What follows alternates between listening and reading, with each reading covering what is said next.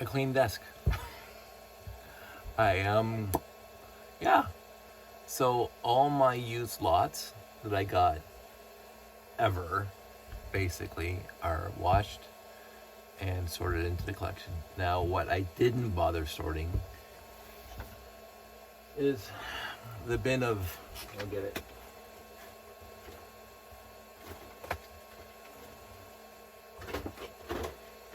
The bin of alternate colors as opposed to the standard colors, but of course these are now the standard colors. but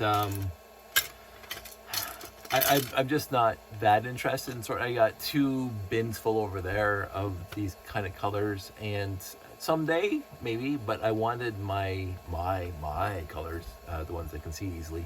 I wanted the original basic colors sorted out into the form and function, and they are. So I have 1, 2, 3, 4, 5 bins full of my classic space layout of parts and pieces that were part of builds that I kind of just threw into bins because they weren't going to be used in future shows, even though they're pretty good builds. I don't know what I'm going to do with those yet. They're my pieces, so they don't need to be washed again. And obviously I'm not missing them when I build my layouts. So I might just get, I think those 5 bins will easily fit into a Rubbermaid tote and just stuffed into the garage. Most of it contains burps and basic pieces that I won't be using in any layouts in the near future. And they would just end up in a tote anyway, because I noticed, especially with the white, all the basic 1x1 through 1x8 bricks and all the 2x2 through 2x8 bricks just ended up in a tote anyway, because all my shoe boxes are full over there. And I do have to do some sub-sorting. The plates, especially the plates with white, the 2x X plates are going across 3 different bins right now. I have sort of mildly sorted them into 2x2 through 2x4 in one bin, and 2x6 through 2x12, or 2x16 in the other 2 bins. So I might clean it up. But it's white, and when do I ever build with white? So I am planning on continuing the set reviews for Classic Space, which means I will be building with white, because I know I have at least one more future on set to build, and it has white in it. So I will probably, I'll probably just grab the pieces from what I already have instead of trying to sort out the white more. What else? I don't know. I'm pretty happy. I'm pretty comfortable. The room, it's got some mild cleanup to do. I still have some totes of my builds that just kind of lay around a little bit. You can see the feet over here. This was a Ninjago Warrior mech that we got Josh a bunch of years back, and it's missing the top and the back. I think there was supposed to be stuff in the back and top, but it just got it kind of moved from tote to tote over the years, and so it's missing a lot of pieces. And I don't know if I'm going to rebuild it, because it was a really cool looking mech, or if I'm just going to take it apart. But I don't sort those colors, so I don't know. I call me undecided. I don't know. I just, the one tote I am going to sort out really quickly is this guy here. And this guy is my latest. I should go there. So I built moon-based corridors to connect my layout to other people's layouts in the moon-based standard, and I'm just not gonna. This is my thing. I'm not going to do that with the layout as it exists. It's too hot. It's too difficult. And if I'm doing a show where there is moon-based, it's going to be a 4-day show, and I'm going to want to light the thing. I'm going to want to light my layout up. And so, and in order to light my layout up, it has to be on top of the boxes. And if it's on top of the boxes, it can't connect to moon-based standard. So it was a tough decision, because I love the whole concept of moon-based, which is collaborative, and you just, but I do have moon-based standard, obviously, because I built my MMMT modular for crying, I should write that down somewhere. Mechanics modular whatever, team. When I got in the garage, I still have all of that. So I'm going to bring that to any show that has Moonbase, and that'll be my contribution to Moonbase. And as for my layout, it has Moonbase corridors in it, but they will not be on the same plateau or the same tabletop as the rest of it. They're going to be on my boxes, and if they're on the boxes, they're going to be 1.5 feet below the tables. So there's going to be no way of connecting Moonbase to my layout. So I'm not going to bother putting effort into it. Now I still have one connection point on the back of the layout that can connect to Moonbase should Moonbase get down to my level. And I wouldn't want to demand that from anybody. So I'm going to unbuild these corridors that I built for that purpose, to connect my Moonbase, my layout CSL to other people's Moonbases, because it's just not going to work. Now, here's me losing pieces. This is just, I love Technic. Really quick, and there's pieces in here that shouldn't be in here. This thing sits in the box for a while, getting all dusty and stuff. I took out the engine, and this is really easy because I found that the pneumatic backhoe front end loader without an air tank was just useless. You're just constantly pumping this, and with an air tank, you get to use it without pumping it all the time. So I did that a while back, basically right after I got the set. So that's just my, holy moly, I gotta stop dropping pieces on the board. This was another little mech that Josh got, and I think it was, I don't know if it was Marvel or if it was, I can't remember now. I think it might have been Marvel. It's all together, so I think I'm gonna keep that up there and not worry about that. And the rest of it, I think I'm gonna just dump.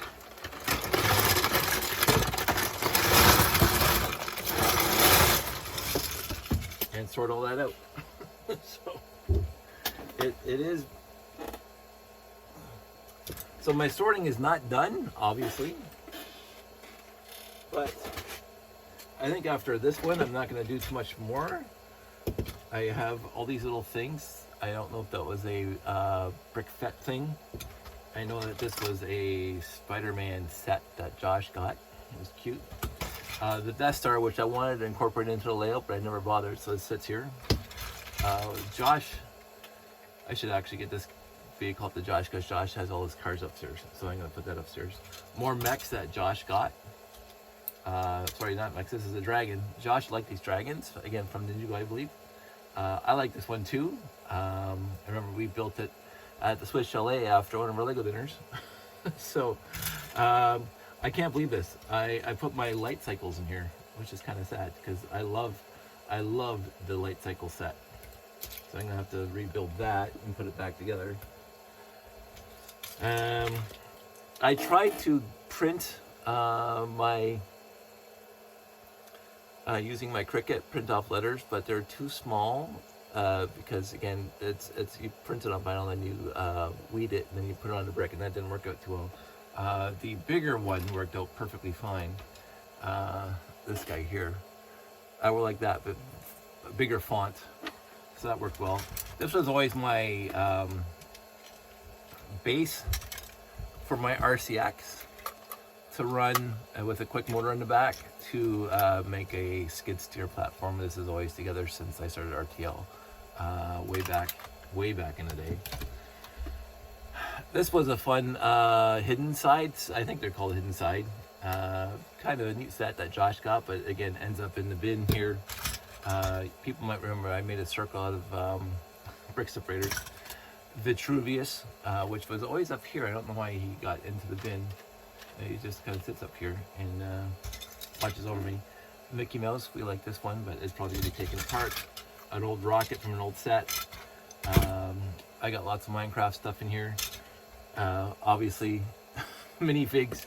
So this is going to be the pizza truck. Always cool to have. Some wings from probably Ninjago.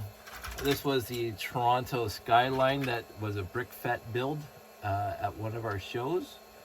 again, basically there's no place for me to like have it, so it ends up in here, and I don't know what the other half is of the, maybe end up in another bin. I don't see it in front of me. A screwdriver. Yeah, I don't know what I can do about that. Oh look, monorail motor. Every time I go into something, I find a monorail motor. Some string that I got out of a lot. I will just cut the pieces off. So I got some more sorting to do, but it's all my stuff. I'll find my trans yellow, put it away. The front half of one of our nice little plastic space sets. A pink minifig that came off of the layout and ended up in this bin. So I'm gonna be doing okay, Olaf. So I'm gonna be doing some sorting here, and get this done, and we'll see what happens next. But what's probably gonna happen next is more building.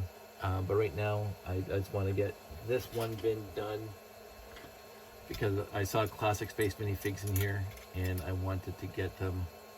And Josh did that. Kind of fun. And I wanted to get them out of here and just get this thing a little bit more organized. Here's the blue guy. Oh, there's the rest of this. Here's the rest of the skyline from Toronto. This is this was one of my, there we go. So this is Nathan Phillips Square. Cool to have. I'm gonna put him somewhere safe. And then again, I found the rest of Tron. So I'm going to find a spot for these guys. I don't know where yet, but I'm gonna find a spot for them. They're pretty dusty. I'm actually missing a minifig. So that's it. That's all. I'm going to sort this out and do a little more cleanup. Lego sets just accumulate. When you finish a build and you go on to the next thing, you throw the old build into a box, and this is what happens. And then the kids get sets, and they build it, and then it just ends up in a box because they don't want it in their room anymore. And then you kind of feel guilty because you're taking apart a set that your kid built, but he doesn't care anymore. So it's like, it's like you have to balance everything, and I'm trying to do the best at that I can. This guy, I always thought these things were kind of cool. This was a cool set. It was to take off of the NASA space program. They had a whole bunch of sets on Earth, basically in universe, and then they had other sets that had out in space. Submarine. So, anywho, I'm not going to bore you with all the nitty-gritty details. There's the other guy. So I got all my three figs for my Tron set, which I'm going to put on this display shelf because Tron's fun. That's it. That's all. I just wanted a quick update to let you guys know that I am done all my used lots sorting. I've been checking the marketplaces, and I sent out a few emails or a few notes to some lots that I wanted, and they haven't gotten back to me. So no used lots are coming into the house anymore right now. I did see a few that may have had classic space in it, but I've asked for more pictures, and basically that's what I'm looking for, and other really esoteric parts. I always keep my eyes open for that, but if it's just a lot of bulk or a lot of friends or a lot of whatever that's been around for the last 15 years, I'm probably going to pass on it. So thus, everybody else can buy it and increase their collections for cheaper than you can buy it from the store. It's one thing. Oh, sorry. Let's go this quick tangent. We went to the dentist this evening after school or after work because Josh had to get his teeth cleaned, and the one of the dental people there who knows us very, very well knows that I dabble in this hobby a little bit, and she was talking to me about it, and she said, because she has grandkids, and she says, I can't believe how expensive Lego has gotten lately. And I said, well, yeah, since August. But even before then, Lego has increased in price astronomically. New Lego. So this is honestly why I buy used Lego. It really is. Overall, like, yeah, I bought 3 Galaxy Explorers because I'm going to buy Galaxy Explorers. But overall, I'm not saying it's my heritage and being Dutch and stuff. My niche in this hobby, my appreciation of this hobby is basically the entire history of Lego. But my really truly happy zone is the 1978 to 1990 Lego themes, especially obviously space. And there's a lot of people who are very, very meticulous, or use the word picky about the specific theme that they really love. I mean, I love classic space, obviously. Futron's fine, but I loved Mtron. I loved Blacktron 2. I loved Blacktron 1. I loved Ice Planet. I thought that was fantastic. I mean, I'd look at my reviews. There wasn't too many space themes that I disliked a lot until RoboForce. but even that has its charm. But then again, I have lots of castle. I have lots of old castle. I have some new castle. I like pirates. I thought that was really cool. And went to a show, one of the BrickFat shows. A guy had a whole display of pirates, and it was absolutely fantastic. And he used plexiglass, and he had water underneath, and it was just like, not real water, but simulating the ocean and islands and this and that. And it was gorgeous. It was like utterly fantastic. The people who run with the pirate theme, just fantastic. Technic, obviously, the GBCs, all the other stuff.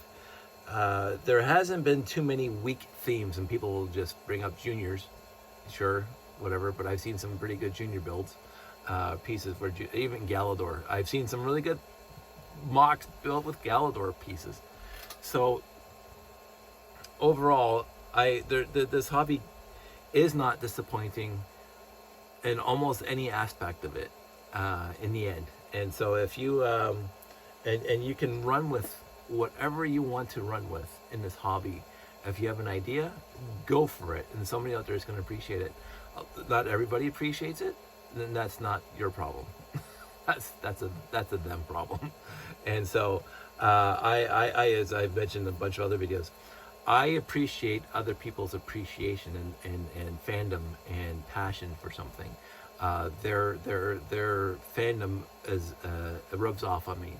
I might not even care at all about what their fanatics, or as the word is, fandom about, but I will hang around them and listen to the cows come home about their enthusiasm about it. And if they're talking on and on about the esoteric and the very, very minutiae of whatever hobby they're interested in, I'll sit there and listen, and I will try to follow, and I will try to I'll always be encouraging, but I will try to appreciate. Well, I do appreciate their appreciation of whatever hobby they want, but I like to learn stuff, and maybe I'm missing. For me, maybe I'll be interested in this hobby, and so I will actively listen and passionately listen, and appreciate their enthusiasm. And overall, when we pick up again, I will know what they are interested in, and be able to talk with them about it. Because I do scope. When my friends say they're interested in something, and I find something online, like a news story or maybe something on the Facebook marketplaces, I have a friend that was interested, and I won't say what he was interested in, but since I'm browsing marketplace anyway for Lego, oh, there's that. I'll put that in my search field, and I'll have a boo, and I'll send him a text. We'll SMS to each other, and I'll say, hey, here's a link on marketplace to this thing that you're interested in. And if he doesn't buy it, that's fine. Here's a link. And every time I stumble across that same thing, if he's still interested, I'm gonna send him the links. And he keeps on saying no, but keep on sending me links, because sooner or later he might. Oh, that's the one I want. Perfect, absolutely perfect. So because obviously I'm on the Facebook marketplaces anyway, doing what I'm looking for. And again, other people have sent me emails saying, "Hey Dave, I mentioned this before. I have friends in Ottawa and everywhere else. They say, "Hey Dave, I saw this at Marketplace. He's in your area, or they're in your area, and they're selling this lot, and we know that you like this stuff." So, and I said, "Oh, perfect." And sometimes, yeah, yoink, I'm gonna buy that. Or thank you for sending me the link. That's too much X or too little Y, whatever it is. But that doesn't. It's not to discourage them for sending me another one, and they do. It's just to say, on that specific one, I'm not personally interested, and I'll leave it for the next guy. But keep on sending them to me, because the 5 ones that you sent me before, I bought. So it's part of being in a community of like-minded fans, and we can't all be interested in exactly the same thing. And we can't all have the same building techniques, and we can't all be passionate about the one specific aspect of Lego.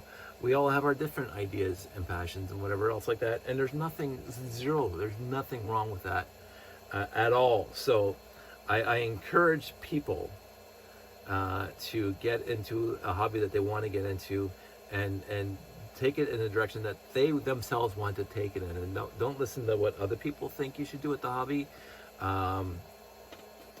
This is going to go off on a tangent now, and that's actually wasn't at the beginning thinking I was going to go on this tangent, but I wanted to talk about this in a different video, but I'll talk about this one. I just finished watching I won't give spoilers. I'll try not to give spoilers, but it was so wonderful for me to watch 2 hours of Doctor Who today. The episode aired last night, but I didn't get a chance to see it until today. And it was this can't be a spoiler. It was the end of Jodie Whittaker's tenure, because it's been talked about for over a year now, so there's no spoiler in this one, but I won't give you specifics in the episode if you haven't seen it yet. But if you're a Doctor Who fan, you knew that Jodie was leaving. So if that was a spoiler for you, you haven't been paying attention. But anyway, so I'm watching it, and I'm feeling mixed feelings, because let's just take it up back a notch. When Christopher Eccleston left the show after the first season of the reboot, or the new Who's, that was a solid episode. And again, it's not a spoiler to say he left, because Doctor Who, they regenerate, and he left after the first season and left Rose hanging. And then we got Dave Tennant, and I liked, because I've been around since 3 regenerated into 4 live, basically, watching original runs. Now I saw 1 and 2 happen in reruns, but 3 to 4, 3 to Petrie, I think it was, and to Tom Baker, I watched that on an episode, and I'm going, oh, this is what they're doing, right? Like, I'm a kid now. This is going back to 1970 early, and I know, what do I know about Doctor Who, except it was a cute show, and my cousins watched it all the time. So that first generation caught me off guard. Oh, so this guy's leaving, and new guy's going to be Doctor Who. So I was already with the 3rd Doctor going into the 4th Doctor. So I'm already used to. Now I'm used to the idea that when the actor leaves the show, Doctor Who will continue. And then of course, Tom Baker was my doctor for years, like grade school and the high school years, that kind of thing. And so he had such a long run, and we as the Whovians got very, very comfortable with Tom Baker, and then it went over to why am I drawing him like? I like the 5th Doctor, Jackson, no, maybe, I can't remember, Peter Davison. Anyway, I like the 5th Doctor, and I was ready for the regeneration when it was there's gonna be regeneration. It was great. So the 5th Doctor, and I liked his kick at the can. The 6th Doctor, I was not impressed with much at all. Had some really solid stories, but I didn't like him. He was too brusque, and I get that looked sober second thought and listening to the Who universe, that's the way he was supposed to be. But I didn't like him. But when Sylvester McCoy showed up as Doctor Who number 7, I adored Sylvester McCoy, and I just like him as an actor. And then he showed up in, of course, the Hobbit, the movies, as Radagast, which is a perfect casting, by the way. Sylvester McCoy. And he shows up in a few other things. And then I watched the Doctor Who movie in I think 1999, whenever that movie was, the standalone movie, and I loved it. I loved Doctor Who, right? And then then I heard about the reboots with Eccleston, and I said watching it again, blah blah blah. And then when the 50th anniversary showed up and they did the whole Time War thing, utterly fantastic. John Hurt shows up as the Doctor, and just I love Doctor Who, and I love the storytelling because it is unique. It is a unique kind of show. It's not like the Twilight Zone where everything is standalone episodes. It does have a theme going from even back in Tom Baker's days. It seems that every Doctor had a unique style of filming and how the Doctor conducted himself. And so when Whittaker showed up a bunch of years back, I was all in, 100% in. I am here for it. Oh, and then all the gatekeepers, oh, a female Doctor is going to suck. And they kept that attitude. Like before she was on the screen, they kept that attitude. She's going to suck. And if you think it's going to fail before the thing even starts, it's for you, it's going to fail. I loved it. I loved Whittaker stories. It was radically, maybe this is issue, was radically different than what came before. Like if you look at the Eccleston era and the Tennant era and the Matt Smith era, like they had uniqueness to them. Each one had uniqueness to them, but they were very thematically the same. They were filmed in the same style overall. There wasn't a lot of wildness, I keep on using the word esoteric, a lot of wildness off the wall stuff for Doctor Who. Doctor Who's just off the wall to begin with as a foundation, but off the wall.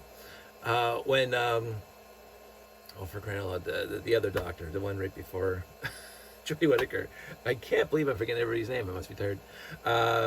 The guitar player, and Clara, adored it because it was the stories were more, if you can say this in the Doctor universe, more unique than the previous three Doctors. It was off, like even with the Sonic Screwdriver became in sunglasses for a little bit. He's driving a tank into like a guitar stadium with like Scottish battle axes. Like it was completely off the wall for Doctor Who, and I loved it. I was there for it. I was absolutely there for it. And even though I like sometimes the sane, rational, understandable shows, give me some off the wall. Like this is why I love the Twilight Zone, because you have storytelling in one episode that is very easy to follow. Here's point A to point B to point C to point D, and then credits. And then you get completely off, like you have to stop and think through the entire episode what's going to happen, and that's where Peter Capaldi showed up. Fantastic, lovely doc. I loved all the Doctors, straight up. There's not a single Doctor I disliked besides 6. Oh, and I didn't mind. He was the worst of them, but I still watched every episode, and I liked the stories. But Capaldi nailed it, and the episodes were odd compared to what came before, in my opinion. There wasn't a sane episode in the bunch. Like, there was some really odd episodes in there, and I lived for it. Throw it at me, because we've had 3 Doctors of sane standard episodes. Let's throw whatever against the wall, see what sticks. And I loved it. So when Whittaker showed up and the whole TARDIS changed, like radically different, and it's her radically different, and her companions radically different. Sure, I'm here for it. I'm absolutely here for it. And then the Master shows up, absolutely. Throw the Master in there. Throw the dogs in there again. Again, every time they repeated themselves, they didn't repeat themselves. The stories were different. The storytelling was different. The science fiction behind it was different. And so I was really, keep on bringing on Jodie Whittaker episodes. Just keep on. I wanted more Capaldi episodes, but she went over to Jodie and I said, this is great. First season, loved it. Some really solid stories in there. Second season, loved it. Some really solid, really esoteric stories. And then I keep on hearing from the fan base before she started, oh, this is gonna suck. People are gatekeeping already, and that really bothered me because you didn't even give her a chance. and then the show, according to them, went right downhill. Sorry, I love them. I mean, it's not the same as Matt Smith. It's not the same as Dave Tennant. It's not the same as Eccleston. It's not even the same as Capaldi. They were radically differently filmed, stylistically. Everything was different about Jodie Whittaker episodes, and I was there for it. And if you, this is my whole point. Well, that's one of my whole points. I accept the story as the person telling me the story is telling it to me. Now, nothing took me outside the envelope of Doctor Who when I was watching these episodes. It was like, oh, Doctor Who wouldn't do that. None of that happened. Not once did I, and I've been watching it since 3. Nothing in the entire range of Doctor Who episodes that I ever said, no, Capaldi came pretty close because he was looking like he was going to get mean and bitter and ugly and whatever, but he never did. He played that line very, very well. And then Clara played that line very well when she started throwing the keys of the TARDIS into the lava pit. That was just fantastic. And then he comes back, go to hell, and that's where they went. Like, so you were on edge with Capaldi because you didn't know if he was a good guy or a bad guy. He even said that, am I a good man or a bad man? In like episode 1 or 2, right after his regeneration to Clara. And I was there for it. Absolutely there for it. When Billy showed up, it got really, really, really weird. But again, there for it, right? Throw me the story you want to tell, and I'm going to sit there and I'm going to appreciate it as long as it stays consistent in the universe that you're telling it. And then consistency doesn't mean stylistically consistent. Never did. Doctor Who is never stylistically consistent. On the flip side, now that we're talking about that story, and we'll get back to the gatekeepers in a second, because I just thought about this tangent. The one detriment to Star Trek has been the lack of consistency. So I just talked about Doctor Who not being consistent, but in the Doctor Who universe, it doesn't have to be consistent. It's Doctor Who. Whereas Star Trek, and this is just going to be specifically Star Trek versus Star Wars, thematically, stylistically, even the music and the storytelling, Star Wars has been exceedingly consistent across the entire universe. Every iteration, just even beyond the 9 core movies that Lucas wanted to get filmed. Now you can say the storytelling of 1, 2, and 3 was less good than 4, 5, and 6, and I would have to agree with you. But looking at them, you can tell they were in the same universe. You got the same feeling. You got the same feeling when you're watching the movies that this is in the same universe. The music's the same. The droids are the same. You get the same ideas. There's nothing that took me out of the Star Wars universe. The Millennium Falcon, like they kept consistency across those movies, but that's the Star Wars universe, right? And then you go for, we're not even going to talk because there's no comparison between like the original series in Star Trek and TOS from 1966 to 1969 to jumping 10 years into the motion picture. That can't be consistent because what they could do in 1969 was, what they could do in 1979, they could not do in 1969, straight up. So that, forget the lack of consistency there. That was a completely different time and place, and that's why I didn't mind the lack of consistency between TOS and TMP. And I am one of the few people that adores TMP. even the original cut in the theaters, but I love the director's cut. Like the new director's cut is magnificent. But the TMP reminded me of a lot of Space 1999, and just because of the uniforms and pastels. And anybody with sober second thought that stylistically knew that pastels and everything was going to. But what I couldn't stand is through all 6 movies, the original 6 movies, there was zero consistency between the thematic choices and the music, because they couldn't get Goldsmith to do all of them, and so they got Horner to do a few, and they got I can't remember who did 4, but it wasn't anybody that Goldsmith or Horner, and 6 was somebody else.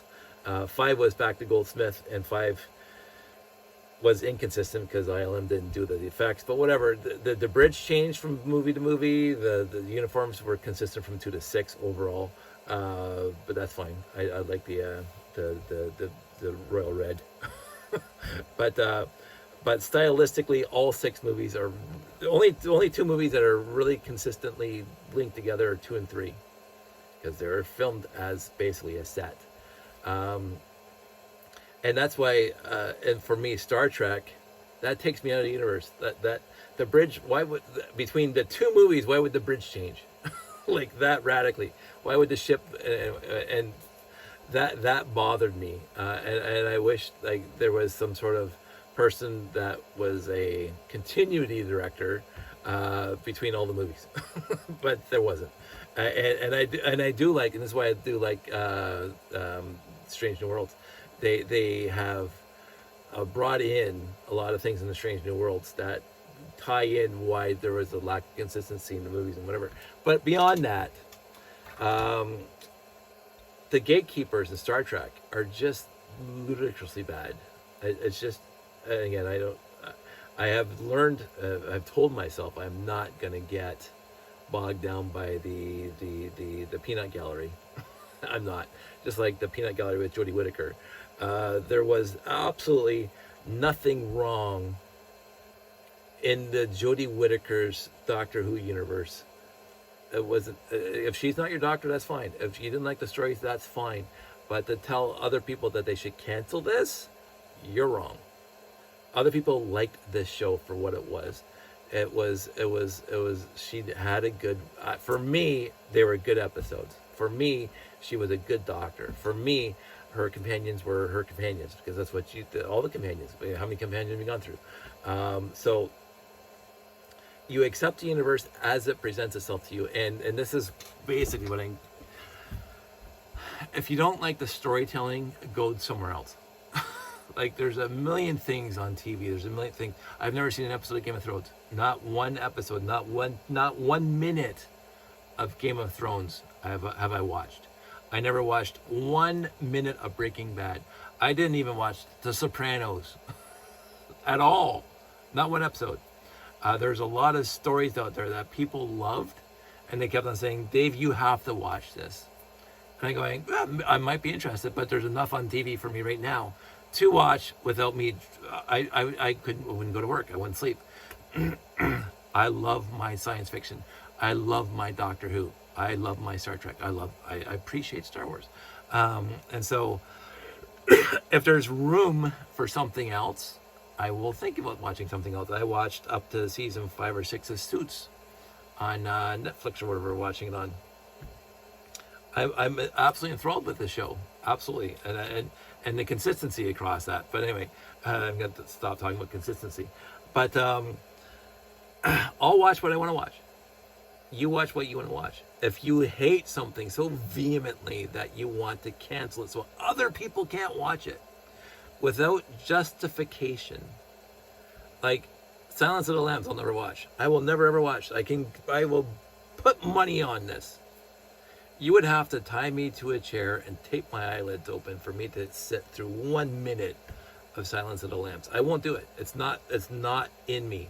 And I keep on saying this to Josh when he keeps on saying, oh, we should watch Friday the 13th or whatever. No, I am not remotely interested in watching a horror movie. It's not my genre. I am not. I know who I am. I know my crazy imagination just takes things to the nth degree. So I will not watch something that makes me feel bad, queasy, sick, and upset to that extent.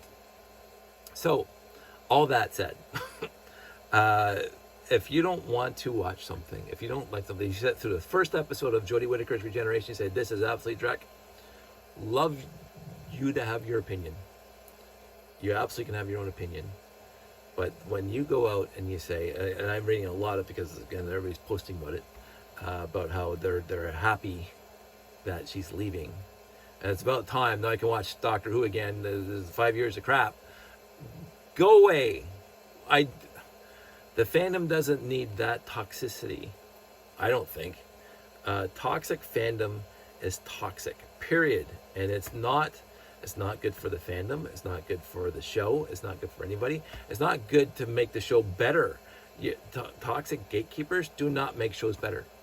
If you think the show's bad, absolutely you have the power. You have your own. Nobody's stopping you from thinking a show's bad. Don't watch it. Walk away. And it's like my whole life, when something I don't like, I walk away. See you, bye. I don't get into fights over it. I don't try to stop other people from enjoying it. I don't like beer, period. I will not drink beer, period. I do not like the smell of beer, period. You drink all you want. I don't sit there and say you're a friggin' for drinking that beer. I should cancel you. No, I don't do that, because I don't know if it's maturity. I don't know what it is. It's I have respect for you to do what you want to do with your world, to like what you want to like, to have the acquaintances you want to have, to have the lifestyle you want to have. Knock yourself out. Let other people have the same. Respect other people and their appreciation of what they want to appreciate. It's not doing you any harm. If you don't want to watch 5 seasons of Doctor Who because Jodie Whittaker is the Doctor, you do that. You do that. If you want to wait till the next Doctor shows up and see if you can give it another shot, I didn't watch it for 5 years. I was waiting for her to go so I can watch it again. Well, you can. I don't even have a problem with you saying that, but you said it should never have happened in the first place. It should have been canceled after the first episode. Go screw yourself. There's a huge difference between you not liking something and even you like putting on a website and a news group or somebody who says so basically what happens is I'm on TikTok and somebody says, oh, this scene in this new finale was awesome and blah blah blah, and they go into minute detail of why they appreciate it, and then you get the 50-page or 50 reply threads and 49 of them are just awesome. Oh, I love that too, and oh, did you notice this? I love people like that. And then you get the one guy, this is absolute, this is Sparta, this is absolute dreck. We canceled it. Should have been canceled 5 years ago. No, absolutely not. I stand against that. That's toxic fandom through and through. Absolute toxic fandom. You are telling other people what they should do. You're telling other people what they should feel. Because you don't like something, other people should not like that same thing. That's the stupidest thing I ever heard. This is the problem with toxic fandom. This is what causes, and the misogyny that goes with it, because right now, because it's Jodie Whittaker episodes, and she's a girl. It's like, I hope they bring men back. Whatever. It's just like, really? Like you are not emotionally capable of understanding that Doctor Who can regenerate. The Doctor can regenerate. No, whatever. It's only happened 14 times now, or how many times? It can regenerate in anybody, young, old, black, blue, doesn't matter. It's Doctor Who. This is in universe. It's just literally astounding. It's like, wow. I have such a tough time with it, because again, I appreciate other people's appreciation of stuff, and I even respect other people when they don't like something. When somebody tells me they don't like something, I understand. You don't like Star Trek, I won't talk Star Trek on you. You don't like X, I won't talk about X on you. And even if it's like the extenuating bigger picture is that, this happened to me, it was abuse or some traumatic event happened in my past. So I'm not talking about that at all then. Like, no, seriously. And I'm not going to put you in a situation where I'm reopening old wounds. But this is, I don't like the show because a woman is a forerunner. I don't like the show because the episodes are not like old Doctor Who or whatever it is, old episodes. I want it this way. This isn't Harvey's. This is not Harvey's. You can't get it your way.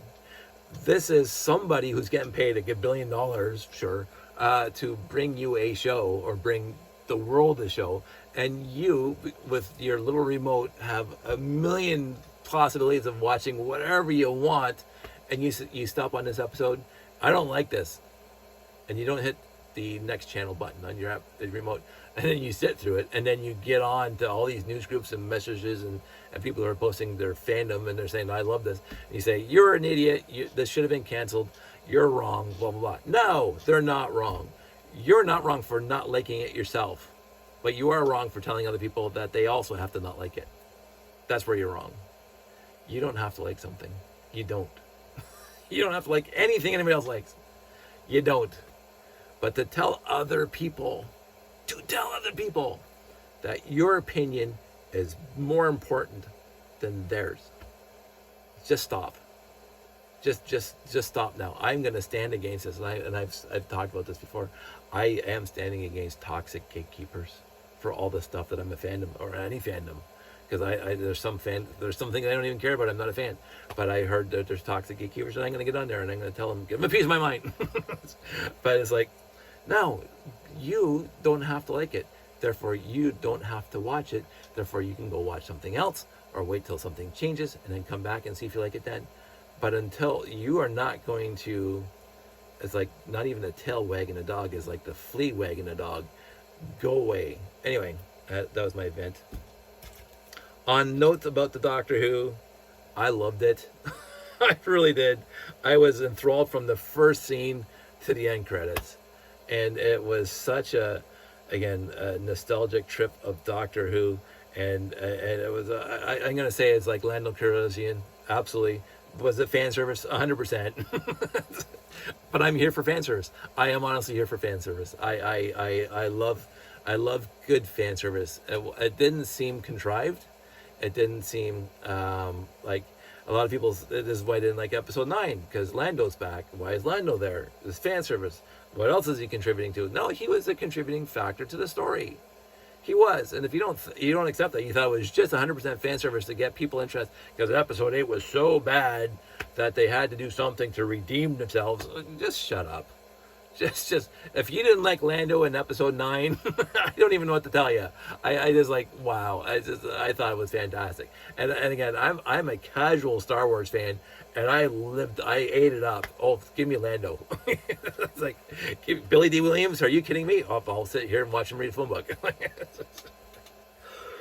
Anywho, I thought that this last episode of Doctor Who, I'm not going to put it on par with the 50th anniversary, Gallifrey Falls No More, which I think is my favorite 2 hours of Doctor Who in the entire franchise.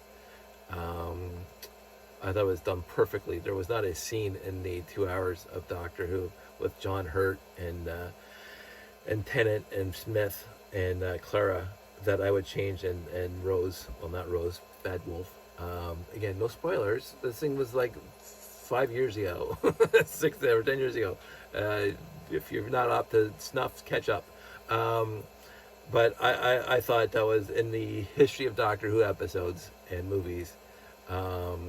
Gallifrey Falls No More was just perfect. It was honestly perfect Doctor Who for me, and it had a consistency to it that reminded me of the Eccleston, Tennant, Matt Smith years.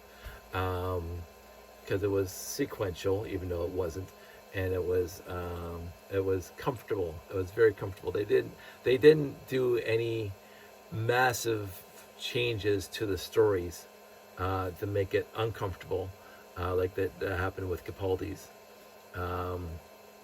which is perfect, because that's what that was the whole reboot of, or the continuation of Doctor Who after Eccleston. It was comfortable Doctor Who. And Capaldi made it uncomfortable Doctor Who, kind of like the Sixth Doctor way back in the day. It was uncomfortable Doctor Who, but the stories were solid. Taking on Gallifrey and all that stuff, absolutely solid. And so Capaldi did remind me a lot of the Sixth Doctor. And yet I like Capaldi because he had a little more charm than the Sixth Doctor. The Sixth Doctor did not exude a lot of charm. That's probably why, and then not to talk about why I didn't like the Sixth Doctor as much. Nobody's as charming as Tom Baker. That's unbelievable. He was so good, but as the Fourth Doctor. But the Sixth Doctor, and I watched them all, as I said. I watched all the Doctor Who's now. I think I've seen them all. going back to one. I think I might have missed a bunch of ones because they're lost episodes. They have the audio versions, but that's it. But anyway, the 50th anniversary special was just perfect. This one, or the end of Jodie Whittaker's tenure as the Doctor, I thought was very, very sweet and solid storytelling. A lot happens, like seriously, a lot happens in 2 hours. Each one of those segments could have been an episode into and of itself. It felt a little rushed at points for me, and that's what did not happen in the 50th anniversary special. Nothing felt rushed in that one. Everything was built up and paid off in a nice manner. This one, a lot of things were rushed, but the characters all had their contributions to the story, and it was very well written and very well acted. And I felt, and honestly, just like, I can't remember, I started talking about this, and I have no problem saying this because I have no problem with who I am. When Eccleston left, I didn't shed a tear. It was a little sad because, again, he's my first Doctor since how long was no Doctor Who, and I liked him. Tennant showed up, and I was a little wary at first, but when School Days happened and Sarah Jane Smith was there and she walks into the TARDIS, I was immediately hooked. I think it was the 4th episode into Tennant's tenure, and then I just adored Tennant. I absolutely adored Tennant. And so when he changed, because I mean, it was set up that way that I'm going to get emotional because he got to go revisit Martha and Rose and Donna and Donna's granddad. I'm gonna be bawling. Especially when the Ood showed up and started singing him towards the TARDIS. Like I'm a wreck. I'm an absolute wreck. I'm just bawling my eyes out like this, right?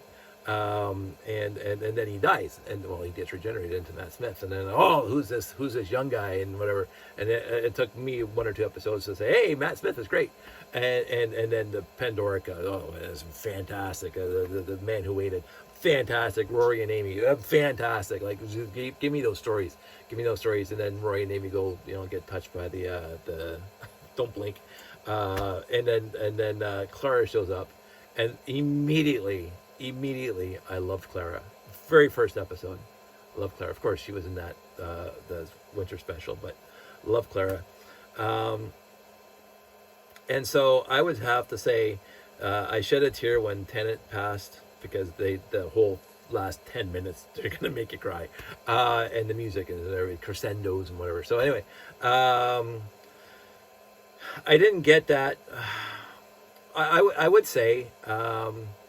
When Amy walked down the stairs, when Matt Smith and he takes off his bow tie and stuff like that made me misty.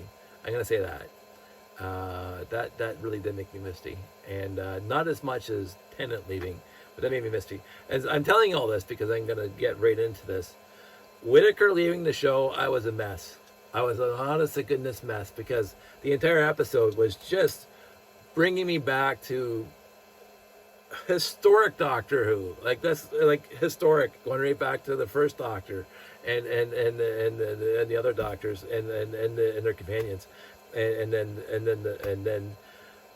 then on top of that, I'm feeling for the actress who played Doctor Who, Jodie Whittaker, who had to put up with all the misogyny and all the attacks and all the stupidity of the toxic fandom jackasses who ruined her time as Doctor Who. This should have been a celebration of how Doctor Who has been. This wasn't. What's that word we're always looking for? That this wasn't woke. Jodie Whittaker's Doctor Who wasn't there for wokeness. It was just an evolution of the story. That's all it was. They made her a girl because why not? This wasn't the show being woke to feminism. She wasn't staunchly feminist. Yeah, and I love the stories. But anyway, so not only was I bawling because of the show and seeing one of my favorite Doctors leave the show, and whatever else, it was my emotional response to what I've known for the last 5 years. The crap that the actress had to put up with, and the show had to put up with. and the sheer stupidity, the sheer arrogance, the sheer massive ego of these jackasses, gatekeepers, who seem to think that their opinion has to override everybody else's enjoyment of something. And it drives me nuts. And go into historical context, and we're already up to 54 minutes. They go into a historical context. On a personal note, I mentioned before that I was part of Boy Scouts for a very, very long time and helped my mom for a very, very long time and doing all that stuff for a very, very long time. And I don't do it. My mom did it for generations. She touched many, many people's kids' lives over the years. The people used to walk up to me, "Oh, your mom was Linda." Yeah, she was my boy cub leader back in whatever. Yeah. So my number one issue why I'm not in scouting at all, my number one issue has been what going through it as a kid and listening to what my mama had to put up with, because I was right there, first row audience, listening to what my mama had to put up with, and then experiencing it myself at some point when I became a leader. Not like the lead leader, but a helper of the leader. And this is before the term Karen became Karen in the last decade, but this is going back to the 80s and 90s, where mom would put so much effort into a weekend cub camp, or even an evening show for the public that the Cubs were at, or whatever else. My mom put money, won't even talk about that right now, money, time, and effort months before something was going to happen. My mom was the kind of person that overdid everything, like everything. And so she would sit there months before, "Oh, we got this little shindig, whatever it is, community outreach, whatever it is. We're going to be at this public school on Friday night at an open house, and we have to present this, and put a good face on it, and then maybe have a craft for the kids and whatever else." So mom would go gather all the stuff together, pay money that she never bothered getting reimbursed, but that's a whole other story. And then we once the prep, put in the Ziploc, whatever we're doing, we're getting the whole thing ready. And then the day of, taking everything in the van and station wagons and making sure everybody's scheduled and blah, blah, blah, getting everybody in all the ducks are in a row. So months of planning. So this is just so small. This is, I'm not even talking about the camps. I'm talking about just a day and afternoon, whatever. I mean, Saturday afternoon, whatever. And then we're there at 6 o'clock in the morning to set up for 3 o'clock in the afternoon. And we're busy running around, blah, blah. And then we're there and we have stuff for like 150 kids. And the 151st kid shows up 5 minutes before we're closing up, and little Timmy didn't get what was promised in the newspaper article, whatever it is. And the mom just goes ballistic on my mom, or me, or whoever's standing around. And I'm going, in my head, where do you get off? Like, I get they didn't see, but they don't even care. Like, anybody who's ever done anything for public, no matter how small, they know effort goes into it. And the fact that you can ignore that and lay into the people that have blood, sweat, and tears into doing this, and just make them feel, try to make them feel, with your words, purposely, maliciously, make them feel like they did something wrong. Like making my mom feel like she did something wrong, that she forgot the little Timmy that was going to be there at 3:55 and the place closes at 4, whatever it is. Didn't have enough, or wasn't get the attention that the moms felt that the kid deserved, whatever it is. I'm going, get the hell out of my face, lady. Like, before I smack you. Again, I'm not a violent guy, but this is months to get to this point, and we are exhausted, and we've been running around all day trying to keep all these kids happy, trying to keep all the parents happy, keeping everybody's moving around, getting everybody safe and happy. And you come in here, you haven't been in the room for 5 minutes, and you're laying into my mom. No, I won't swear, get out. That's what I would do. My mom doesn't do that. She tried to make it right, and that's who she is. And it's like, I have a tough time with that, because it's gotten worse. It turns out the malcontents are running the hen house now. You just look anywhere. I'm standing in line at the thing the other day, and I'm just like, somebody's laying into the cashier because whatever, and I'm going, and you see it all the time on TikToks and YouTube, and I don't know how much of it's a stage and how much of it isn't stage, but we all have seen this, where something happens in a store, outside opening the door, whatever it is, and the person just all of a sudden goes from 0 to 100 instantly, and there's a lot of F-bombs, there's a lot of making the other person feel diminutive and bad because this person didn't get what they wanted. Their entitlement comes first over other people's personal sense of security and personal sense of self and a personal sense of living comfortably and safely, and they're right in their face, and you blah blah blah, F-bomb, F-bomb, F-bomb, and you screwed this up, and what are you going to do about it, and blah blah. And I'm going, no, I don't need that. I'm going to sit in my basement and play Lego all night long, and nobody's going to bother me. So anyway, I have a tough time now, and so when I see it, and I saw it today, just right, and of course the show was aired yesterday, so there's a whole flurry of people again revisiting this again after being told to shut the beep up again, stop being toxic gatekeepers again, and they still are out there shaking their fist. Now, if they were standing on a street corner somewhere not bothering anybody, I wouldn't care. But I was on a bunch of threads today where people are just trying to talk about how wonderful this episode was, how wonderful it was to see who they saw in the show again, how cute, and look at these beautiful little Easter eggs here and there. I love this. Again, I love other, because a lot of people are bigger fans of Doctor Who than I am. I just watch the shows, right? And I can talk mildly rationally about the show, but there's these guys like deep dive. They read all the books. They know all the backstories, and these writers are not stupid. These writers are also fans of this show, and so they've read the same books. They've talked to the same actors. They know all the same backstories. They know all this stuff, and so there's a specific scene in this episode that really hits back, because I remember the episode because it was like one of the first really hard-hitting episodes, and I was younger, like in my teens or 20s, maybe. I think it was my teens when this episode happened, and I'm going, wow, that's really dark, really fast for Doctor Who. And I'm going, nicely done. And I remember seeing that episode, and I'm going, wow, and they brought that up specifically in this episode. And I'm going, wow, that's something else that they brought that back, because I'm going, overall, even with Capaldi, yes, Clara died ish, maybe, right, in the show, but Clara wasn't shown to be dead. She went off, right, in her TARDIS, and it's like, but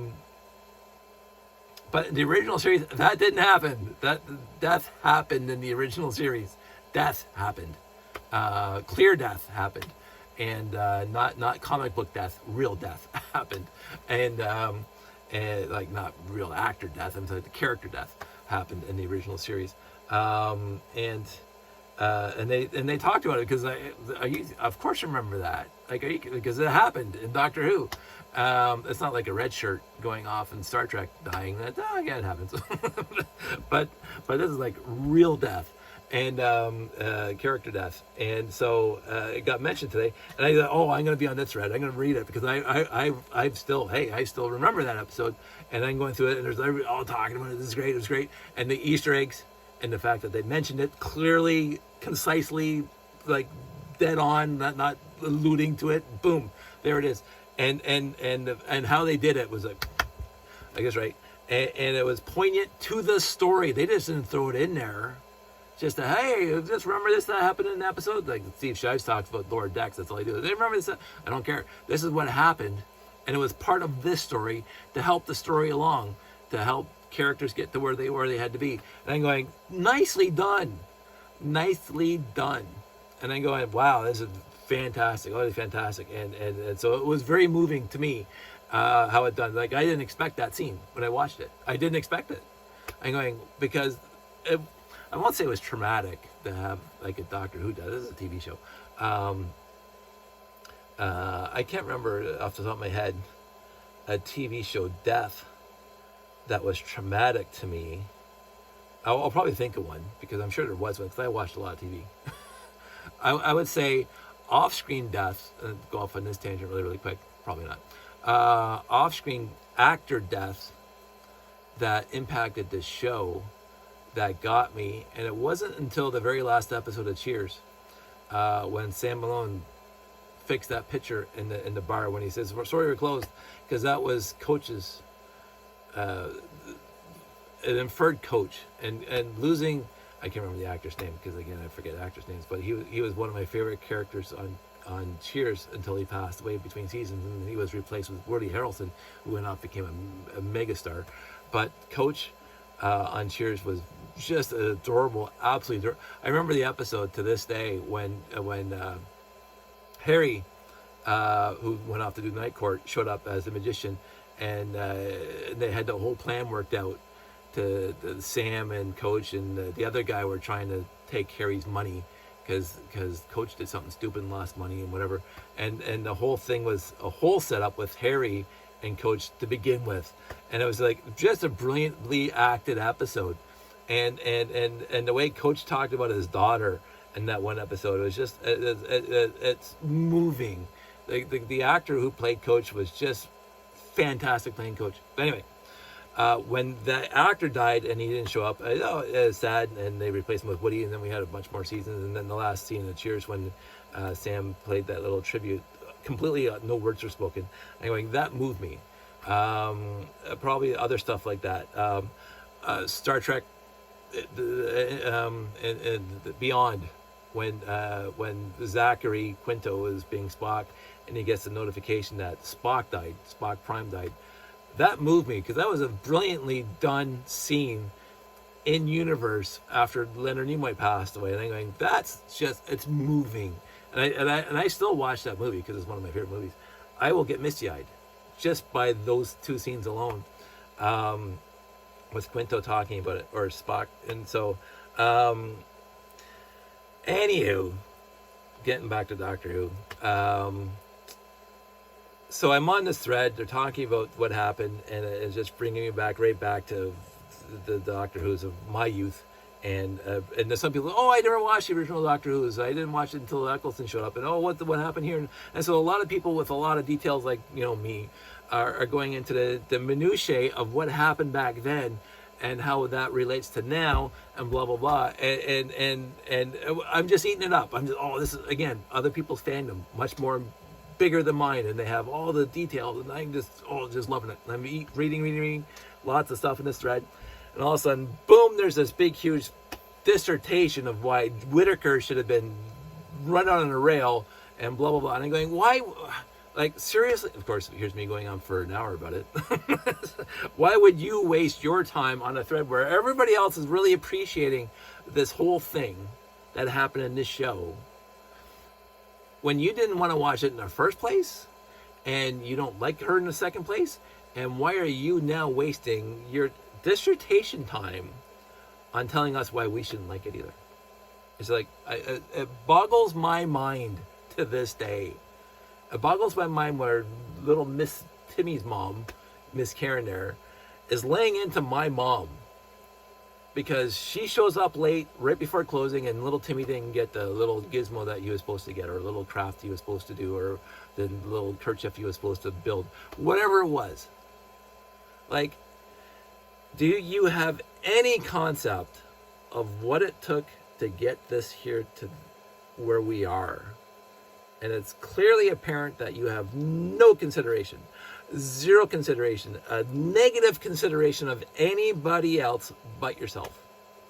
Straight up. And that has always bothered me. When somebody blatantly, maliciously, directly shows that they have no care in the world about anybody else but themselves. And they make other people feel bad about it, that they're not getting what they expected, that they wanted, that they were told they were going to get, and everybody else is going to have hell to pay because of it. Stuff happens. If you don't get that when you're an adult, that stuff happens, and that you can't always get what you want. I'm not going to quote Princess Bride right now, but life isn't easy. Life is not easy. Stuff happens. Understand. Take yourself out of your little world for once and try to, just for a second, try to put yourself in somebody else's shoes. And just open your mind just a tiny bit. Just look around and see the massive effort it was to get this whole thing done, to the point where 98% of people actually liked it and enjoyed it.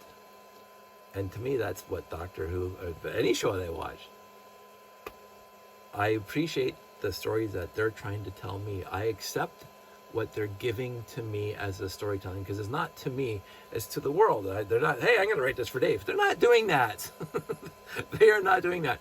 I'm writing this for Karen. We want Karen to be happy. No, they're writing a show that they think is going to be accepted by as many people as they possibly can, because that's how they make the ratings. and so let them write their show. If you don't like their writing of the show, go watch something else. Don't sit here on these threads and just gripe about it. Just, anyway. Way too long. Again, sorry. That tangent wasn't supposed to happen. I have to go to work tomorrow and see what I can do. So, with that said, everybody, sorry about that. I want everybody out there to have a good night. Sleep well. Stay safe. Take care of yourself. And honestly, enjoy what you have. I do. Enjoy who you are. I do.